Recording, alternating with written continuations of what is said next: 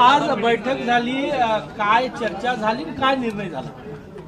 आजच्या बैठकीमध्ये विदर्भातील सर्व जिल्ह्यातून ओबीसी चळवळीतील ओबीसीसाठी एक समर्पित काम करणारे सर्व नेते, कार्यकर्ते, पदाधिकारी आले होते.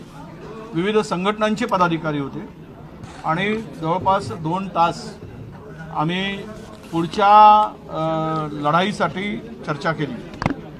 खरं तर पूर्वी सेम डेटला जो GR काढला त्यामध्ये पहिला GR पात्र असा होता आणि दुसरा GR त्यातून पात्र काढून टाकलं आणि सरसकट असा त्याचा अर्थ होतो. म्हणजेच या मूळ ओबीसीवर या राज्यातील हा अन्याय आहे.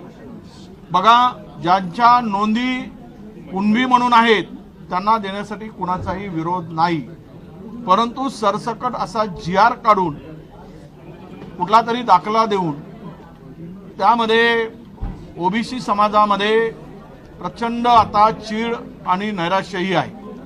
आणि अशाच परिस्थितीत आम्ही आता एक लवकरात लवकर पुढच्या 12 तारखेला आमची एक कमिटी तयार होईल. या एकूण GRच्या संदर्भात खूप चर्चा झाली. त्यातून ओबीसीचं काय फायदा होणार आहे, किती नुकसान होणार आहे यावर चर्चा झाली आणि नक्कीच त्या GRमुळं ओबीसीच्यावर अन्याय होईल अशीच भावना आजच्या बैठकीमध्ये अनेक नेत्या लोकांनी, अनेक कार्यकर्त्यांनी आणि अनेक संघटनांच्या पदाधिकाऱ्यांनी मांडली.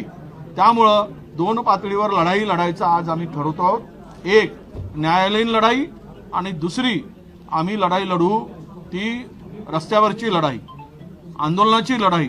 अशी 2ही पातळीवर आमची चर्चा झाली आणि त्या संदर्भात एक कमिटी 25 ते 30 लोकांची विदर्भातील लोकांची करायची आणि नागपुरामध्ये त्याचा मोर्चा, आपल्याला एक मोठा मोर्चा करून आपल्या हक्काचं संरक्षण, आम्ही कोणावर अन्याय नाही तर आमच्या हक्काचं संरक्षण व्हावं आणि ओबीसीच्या हक्काला कुठेही बाधा पोहोचू नये, आरक्षणाला कुठली ठेच लागू नये, ही त्यामागची भूमिका आमची असणार आहे.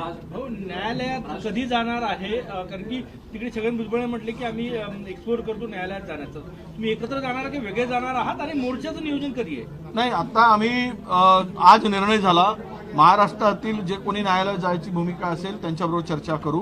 पण आज तरी आम्ही विदर्भातून आमची वकील संघटना जी आहे या संदर्भात ती सर्व संघटना आता पूर्ण ताकदीनं मदत करायला तयार आहे आणि त्यांना न्यायालयात ते लोक जाणार आहेत आणि त्यांना आमचा सगळ्यांचा पाठिंबा आहे. राष्ट्रीय ओबीसी महासंघानं ज्या पद्धतीने भूमिका घेतली आहे की त्यांचं समाधान झालं आहे, कुठल्याही पद्धतीने सरसकट नाही आहे, त्यामुळे राष्ट्रीय